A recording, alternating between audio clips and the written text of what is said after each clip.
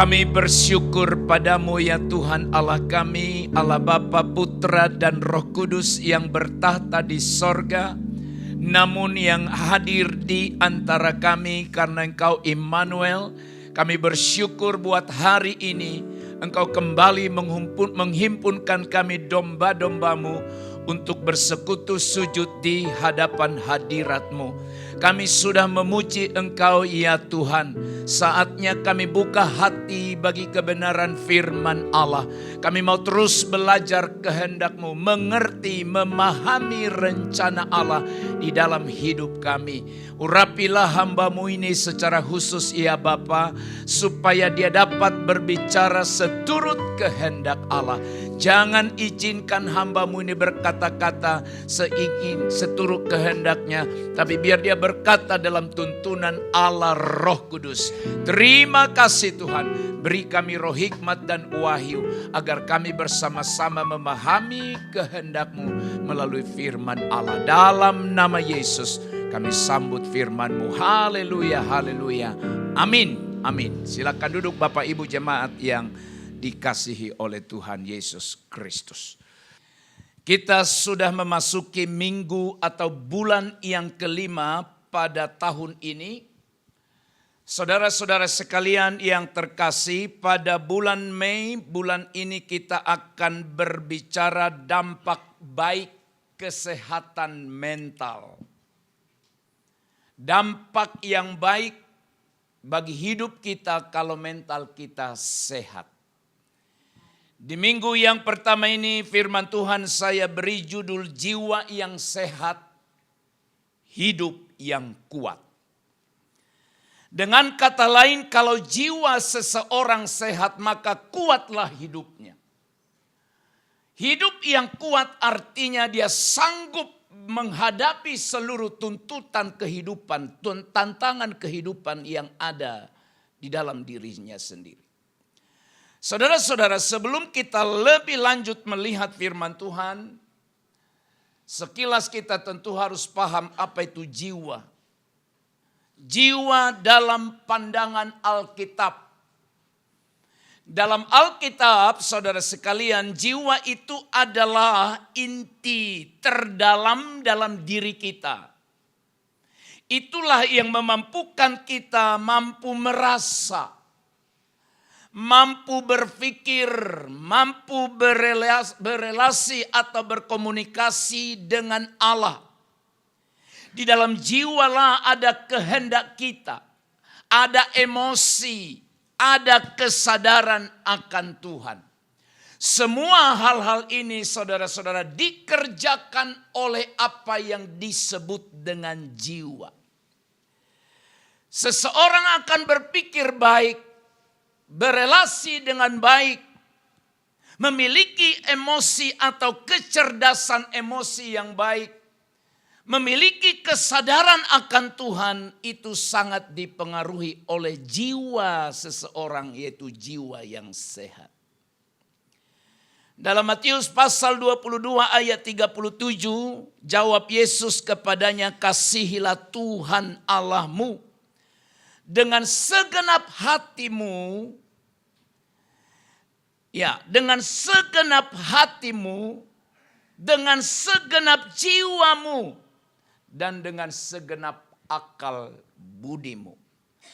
Juga saudara-saudara, pemazmur berkata dalam Mazmur pasal yang ke-42, ayat yang kedua berkata, seperti rusa yang merindukan sungai yang berair, demikianlah jiwaku merindukan Engkau, ya Allah. Jadi saudara-saudara, jiwa itulah yang membangun atau yang menciptakan dalam diri kita kerinduan, kebergantungan, kesadaran bahwa kita butuh Tuhan.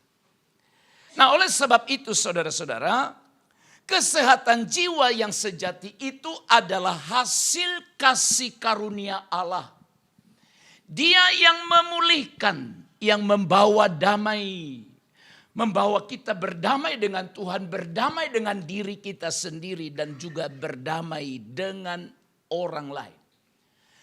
Kalau kita memiliki relasi yang baik pada 3 hal ini, terhadap Tuhan, terhadap diri kita, dan juga terhadap orang lain, maka jiwa kita itu sehat.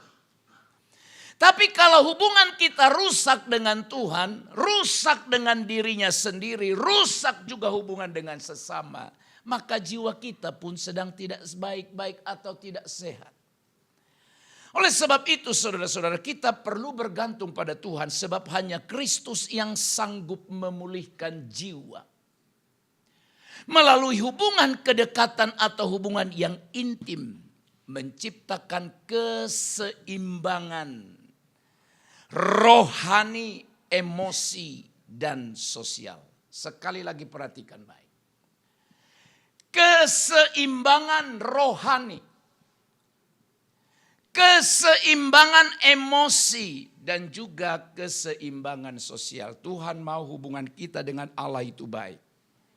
Hubungan kita dengan diri sendiri juga baik. Sebab ada orang juga tidak baik hubungannya dengan dirinya.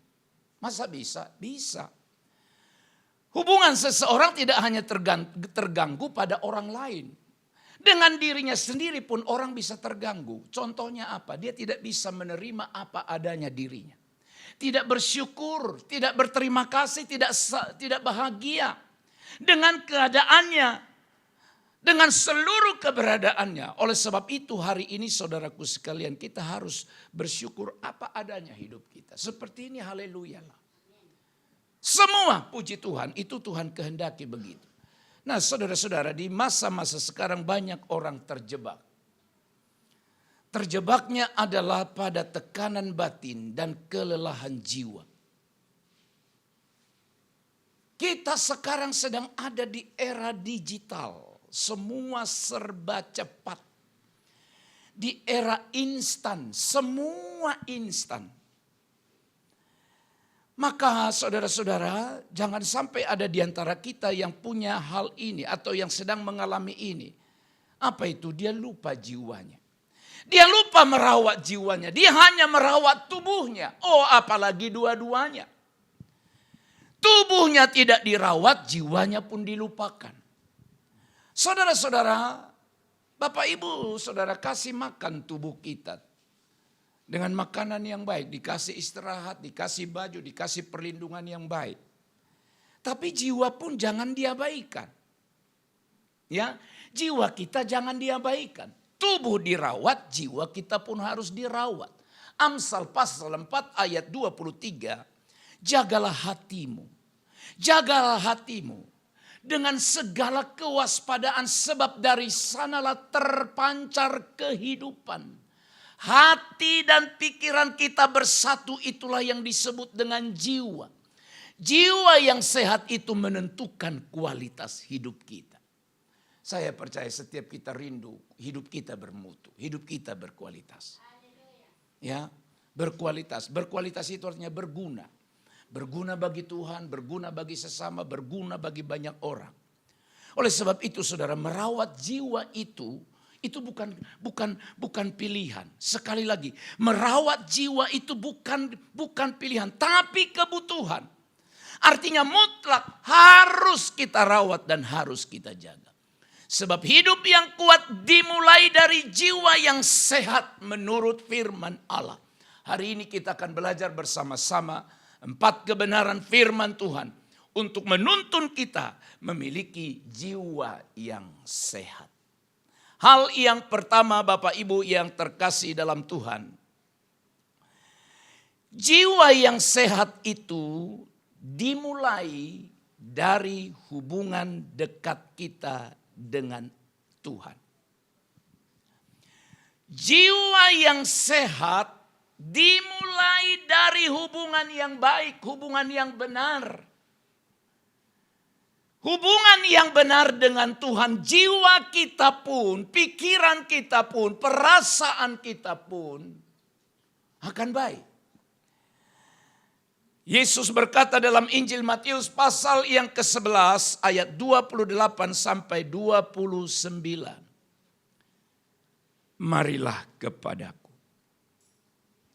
semua yang letih, lesu dan berbeban berat. aku akan memberi kelegaan kepadamu.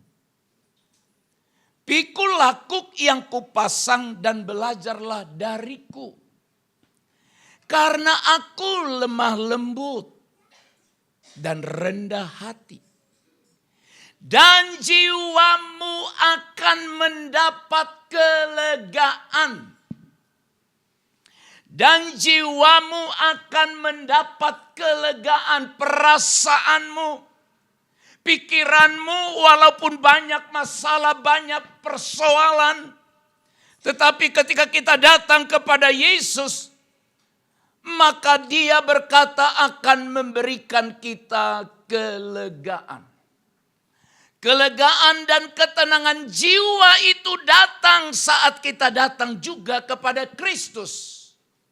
Dan hidup dalam hubungan yang baik, hubungan yang benar dengan Dia. Ini mendasar sekali, saudara. Kenapa disebut jiwa yang sehat, kuat hidupmu? Masalah boleh ada, tantangan boleh ada, pergumulan boleh ada, tapi engkau kuat menghadapinya. Kenapa kita bisa kuat menghadapinya? Karena kita percaya Allah ada di dalam diri kita. Dan itulah yang disebut dengan jiwa yang sehat itu tidak akan pernah dicapai kalau hubungan kita dengan Tuhan rusak. Saudara-saudara, jiwa yang sehat itu bukan hanya bebas dari masalah, bebas dari stres, tetapi bersumber dari kasih kita pada Allah. Apa maksudnya? Kalau disebut jiwa sehat bukan berarti tidak ada masalah. Masalahmu tetap ada, pergumulanmu tetap ada, tapi engkau cakap menghadapinya. Engkau tidak menjadi lemah ketika diperhadapkan. Kenapa? Jiwa kita sehat. Kesehatan jiwa itu dimulai saat kita kembali kepada sumber kehidupan itu sendiri. Sumber kehidupan kita adalah Tuhan. Tanpa hubungan yang baik dan benar dengan Tuhan, jiwa kita akan rapuh menghadapi seluruh tekanan hidup. Makanya mungkin saudara pernah mengalaminya atau paling tidak pernah melihat. Melihat ada orang atau saudara sedang mengalami begitu banyaknya tantangan pergumulan dalam hidupmu, tapi engkau mampu melewatinya. Kenapa? Karena yakin Allah ada dalam dirimu. Engkau yakin bahwa engkau sedang tidak berjalan sendiri, tapi engkau bersama-sama dengan Allah. Pikiran, perasaan. Apa yang kita pikir, apa yang kita rasa itu sangat dipengaruhi oleh hubungan kedekatan kita dengan Tuhan. Oleh sebab itu hari ini izinkan pertanyaan ini datang pada dirimu dan jawab sendiri. Apakah saya sungguh hidup dalam hubungan yang dekat dengan Tuhan? Kesehatan jiwa itu tidak bisa dipisahkan dari relasi dengan Tuhan. Relasi itu artinya hubungan. Pikiran kita akan cemerlang. Pikiran kita akan tenang. Hati kita juga akan penuh damai. Oleh karena kita memiliki hubungan baik dengan Tuhan. Bukan tidak ada masalah bagi setiap kita. Saya banyak pergumulan, banyak masalah. Walaupun barangkali masalah kita berbeda, tapi namanya masalah itu tidak ada yang kita harapkan. Semua tidak ada orang mengharapkan hadirnya masalah, tapi harus hadir.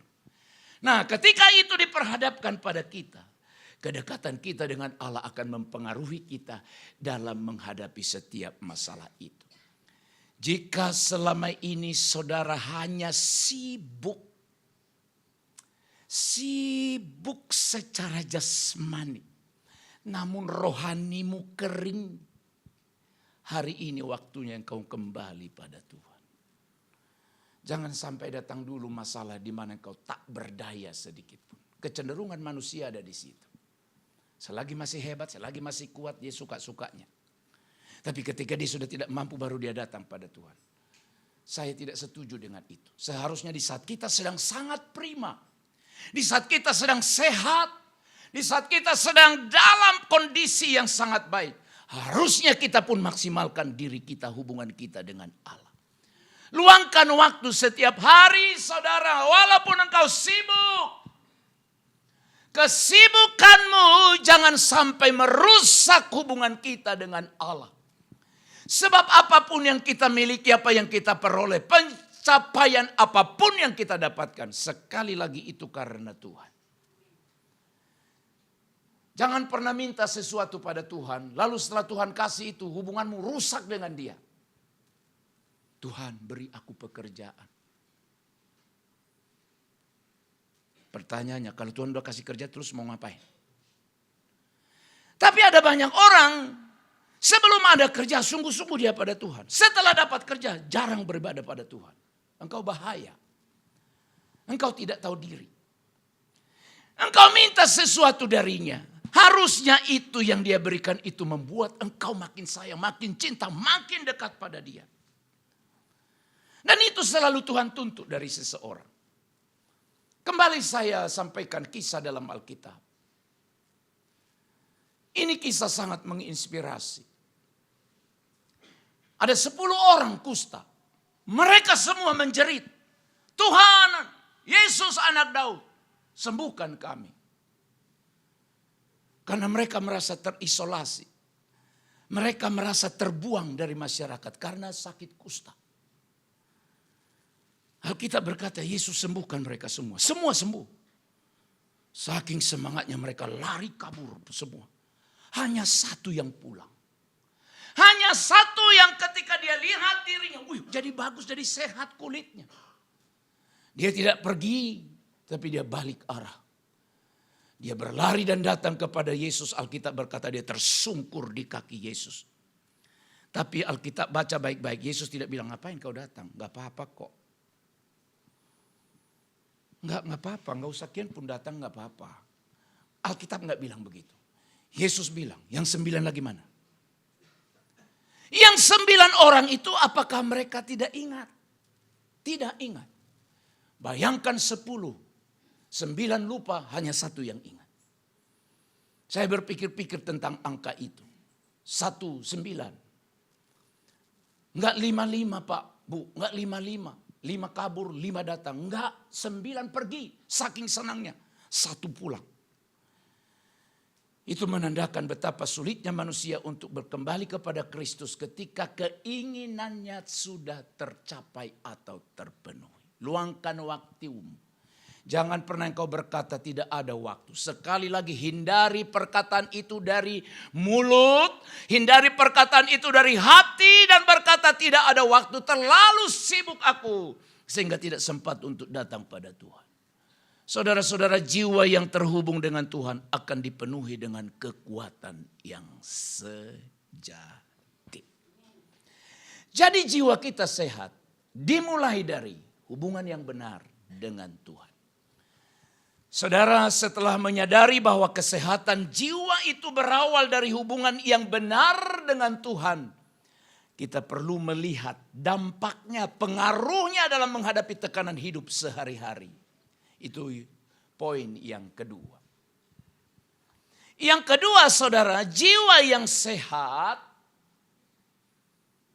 mampu menghadapi tekanan hidup dengan penuh damai.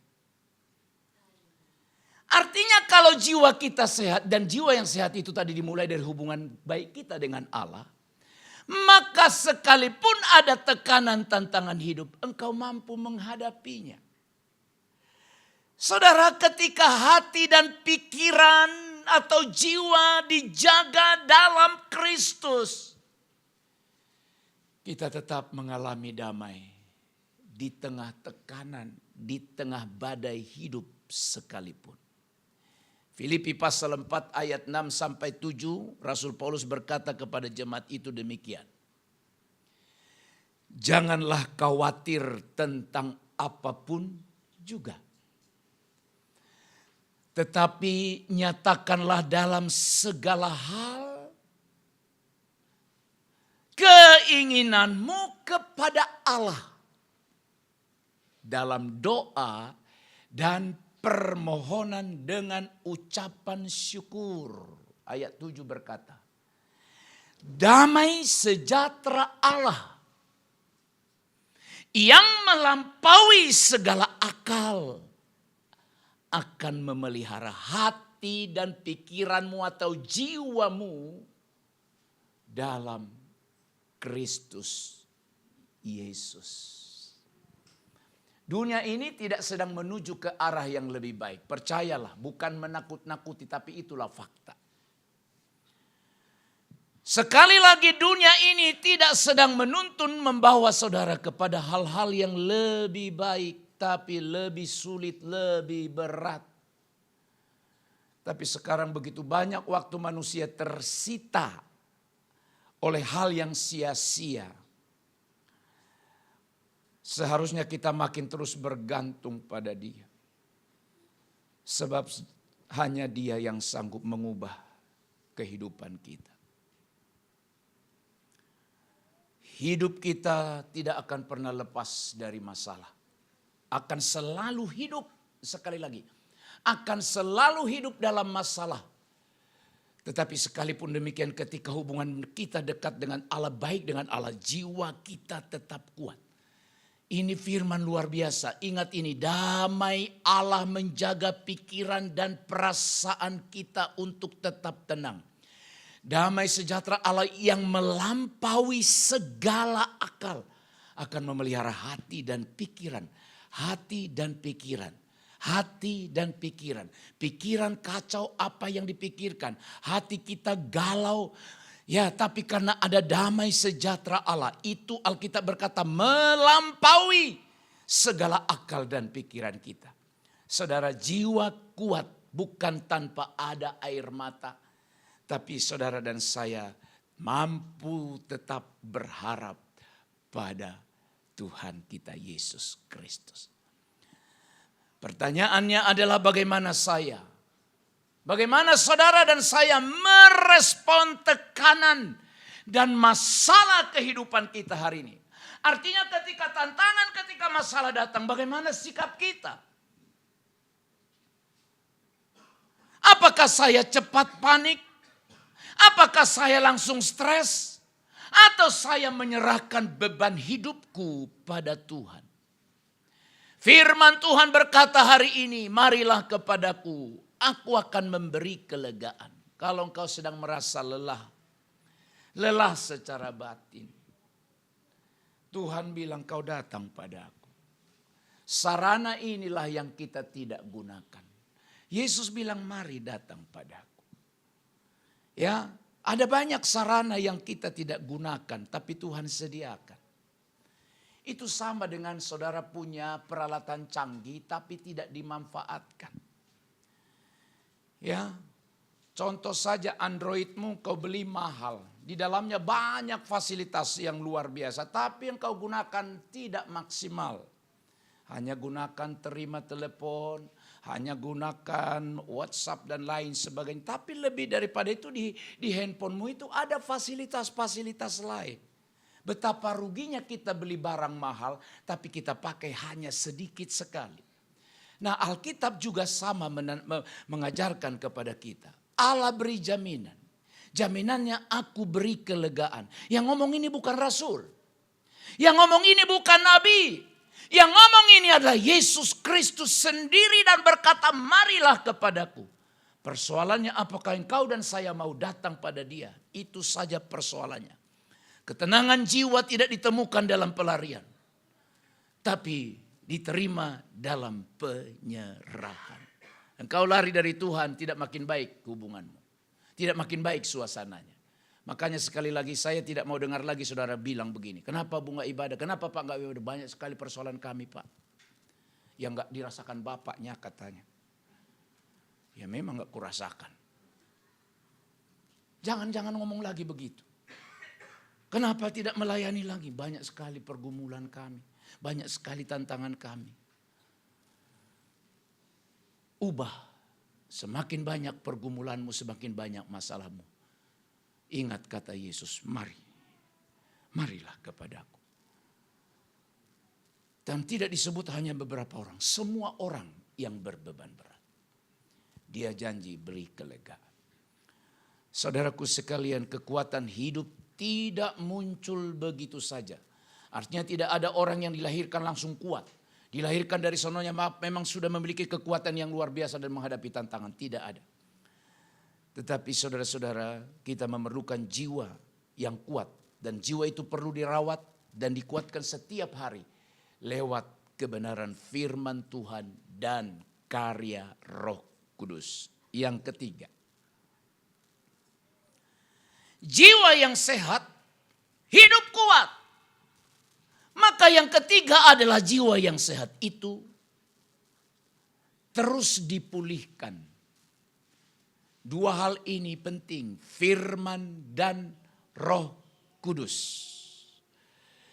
Ini adalah dua hal yang menandakan jiwa kita sehat. Apa itu? Firman dan Roh Kudus. Roma pasal 8 ayat 6. Sebab keinginan daging, apa saudara? Adalah maut. Tetapi keinginan roh di sini bukan roh manusia. Tapi roh Allah atau Roh Kudus adalah hidup dan damai sejahtera.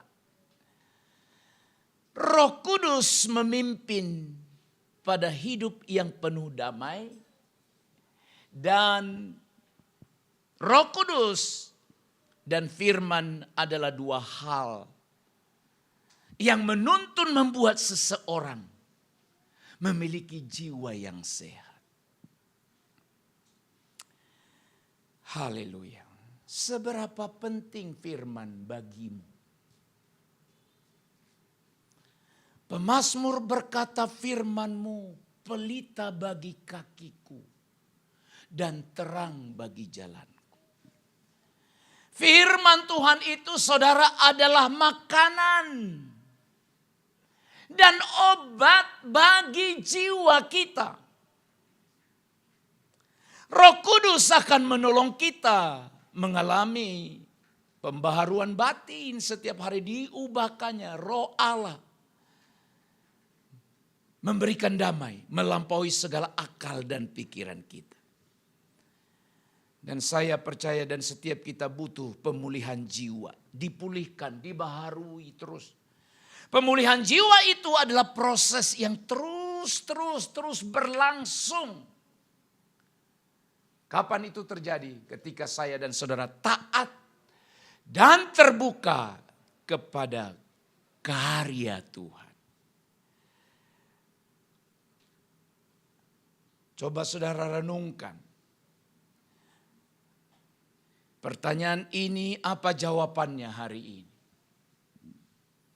Apakah saya memberi ruang, memberi tempat, memberi waktu bagi firman dan Roh Kudus untuk memulihkan batinku? Amin. Sekali lagi dalam nama Tuhan saya mau katakan, sesibuk apapun engkau, dua hal ini jangan sampai terlewatkan. Isi pikiran kita setiap hari lewat firman. Isi setiap hari. Minta tuntunan bimbingan Roh Kudus menyertai kita sepanjang hari. Ya, sama seperti sekarang ini kalau saudara perhatikan ya. Ada banyak sekali sekarang jenis-jenis makanan yang ditawarkan dikonsumsi oleh manusia plus suplemen. Kalau saudara lihat di media sosial banyak sekali ini vitamin ini banyak sekali. Sampai saya pun ikut bingung. Bingungnya ini bagus, ini bagus, ini bagus, ini bagus. Ada lagi yang bilang ini bagus, semua bagus. Saudara-saudara, ya gak apa-apa, memang diciptakan supaya tubuh manusia itu sehat. Bagus. Tapi sekali lagi jangan sampai jiwa kita jadi kerdil. Jiwa kita itu bukan karena makanan-makanan yang dipasarkan di pasaran sana yang membuat jiwa kita sehat. Tidak, hubungan dengan Allah. Jiwa yang sehat itu perlu diberi asupan yang baik dan benar. Seperti tubuh kita. Kasih makanan yang diperlukannya. Jangan makan berlebihan. sampai susah engkau bernapas, saking kenyangnya. Karena makanan itu sudah ada di leher. Napas pun susah. Bergerak pun setengah mati. Karena tidak bisa menguasai di sini. Lebih baik mati karena makan. Daripada makan, lebih bagus mati karena makan daripada mati tidak makan. Silahkan. Perlu asupan. Ya, perlu asupan. Apa itu asupannya? Ini kita harus perangi ini. Ini tugas kita bersama-sama. Karena kita pasti berhadapan dengan ini. Mungkin juga punya pengalaman. Tapi kita harus berjuang ini. Apa itu? Lupakan. Jangan biarkan luka masa lalu. Kepahitan di masa lalu. Rasa bersalah di masa lalu. Terus menghantui, menguasai pikiran kita. Ini merusak jiwa kita. Barangkali semua kita punya pengalaman. Oke, maaf, saya tidak berani bilang. Atau ada di antara kita yang punya pengalaman pahit, pengalaman menyedihkan di masa lalu. Mungkin ada. Tapi kabar baik hari ini adalah minta Roh Kudus menyinari batin kita. Biarkan firman Tuhan menyembuhkan dan membaharui pikiran kita setiap hari. Yang setuju katakan amin. Saat jiwa kita dipulihkan Tuhan, kita menjadi pribadi yang kuat. Dan kita pun pada akhirnya kalau kita menjadi pribadi yang kuat, kita juga akhirnya menjadi saluran kekuatan, saluran penghiburan. Berbagi kasih, berbagi pengalaman kepada orang lain. Karena kita pun sehat. Dan itulah poin yang keempat. Jiwa yang sehat itu menjadi sumber kekuatan bagi orang lain. Artinya karena kita kuat, kita bisa menasihati orang yang lemah, bisa menghibur orang yang lemah.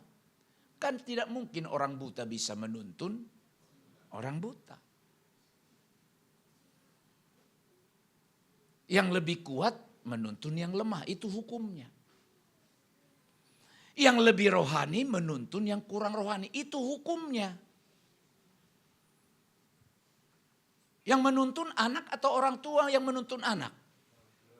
Orang tua yang menuntun anak atau anak yang menuntun orang tua? Saudara bilang tergantung Pak. Kalau sudah tua nanti tak berdaya lagi, anak yang tuntun orang tua. Betul ya?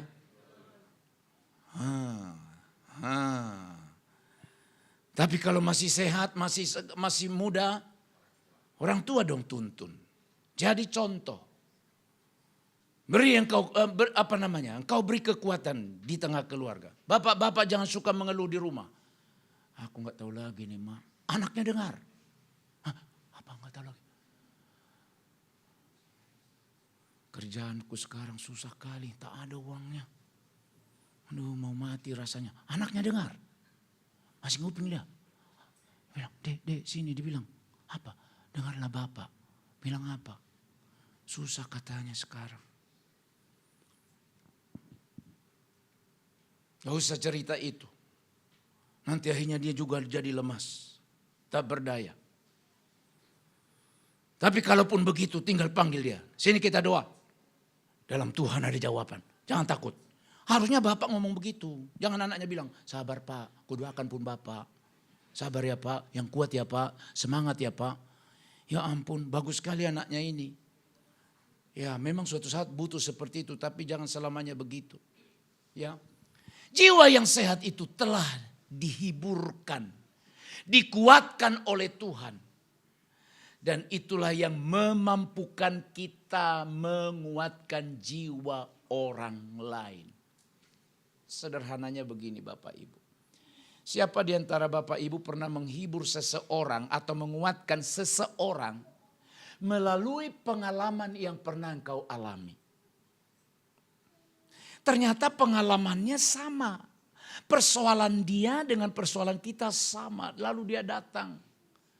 Nah karena saudara pernah mengalaminya. Lalu saudara akan lebih bijak, lebih mampu untuk menghibur dia. Punya pengalaman itu? Harus punya, pasti punya karena nggak sadar aja.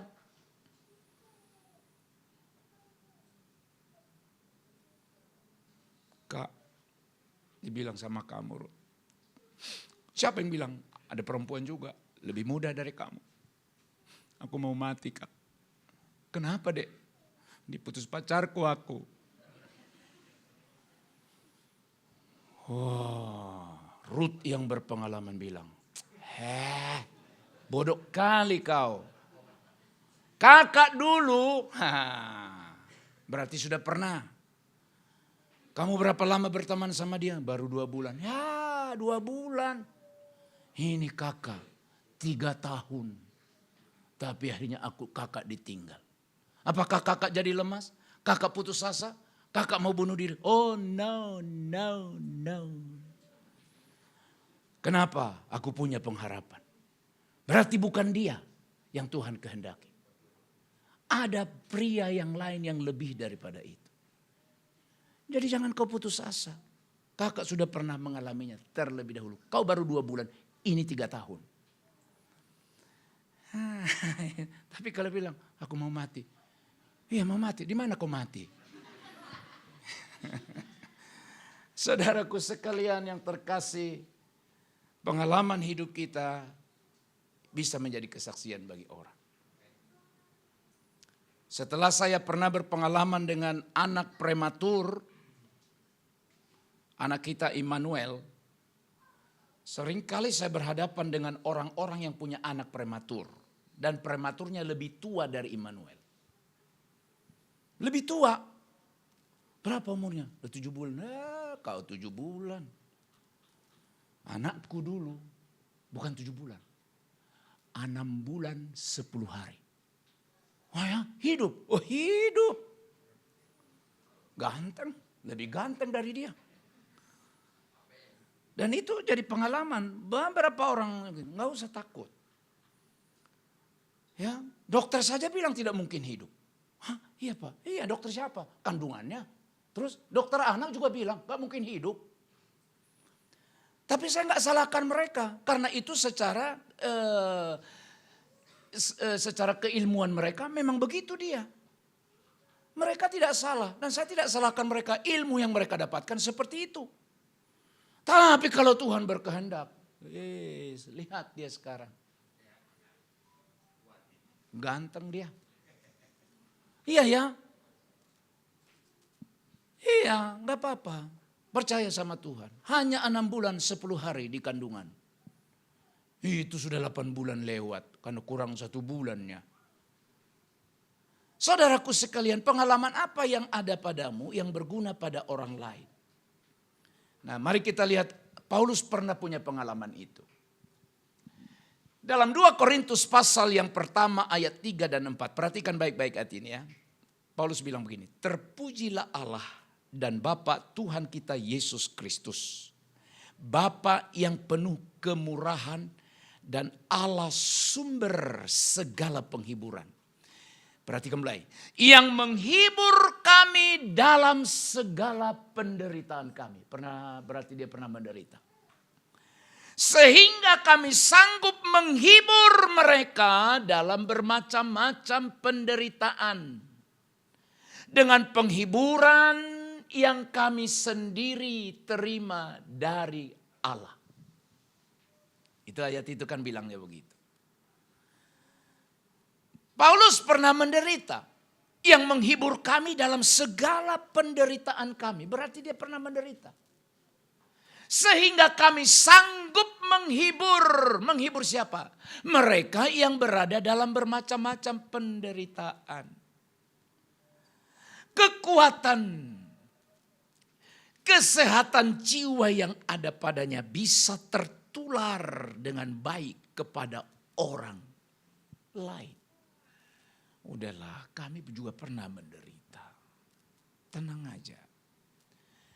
Kesehatan jiwa yang pulih itulah yang menjadikan kita kuat secara pribadi dan berguna, berdampak, berpengaruh bagi sesama. Melalui sikap kita, empati, pengampunan, dan pelayanan. Renungkan baik-baik sebuah perenungan ini. Apakah kehadiran saya dimanapun menjadi berkat dan kekuatan bagi orang lain?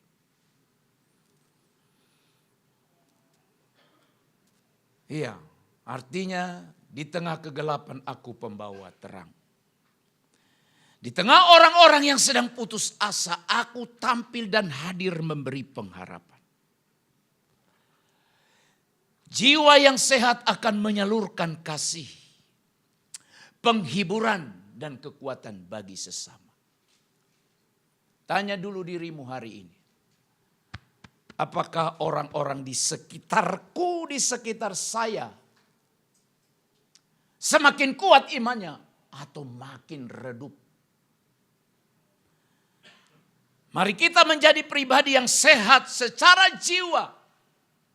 Bukan hanya untuk diri kita. Tapi Tuhan mau apa yang ada pada kita, jiwa yang kuat yang ada pada kita itu menjadi jawaban bagi dunia yang penuh dengan luka. Haleluya. Saya akhiri dengan dua kesimpulan ini. Jiwa yang sehat tidak selalu hidup tanpa masalah. Bukan berarti kalau disebut jiwanya sehat tidak ada masalah. Ada. Tapi selalu hidup dekat dengan Tuhan. Masalah itu tidak merusak hubungannya dengan Allah. Sebab dia tahu kedekatan dengan Allah akan memampukan dia kuat dalam menghadapi segalanya. Yang kedua,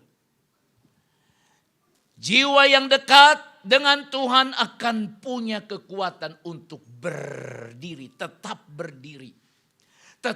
percaya, dan tetap menjadi berkat. Apakah selama ini engkau sudah peduli terhadap jiwamu? Kasih dia makan yang baik hari ini. Jiwamu, jiwaku, jiwa kita akan baik-baik saja, sehat-sehat saja. Dimulai dari hubungan kedekatan kita dengan Allah.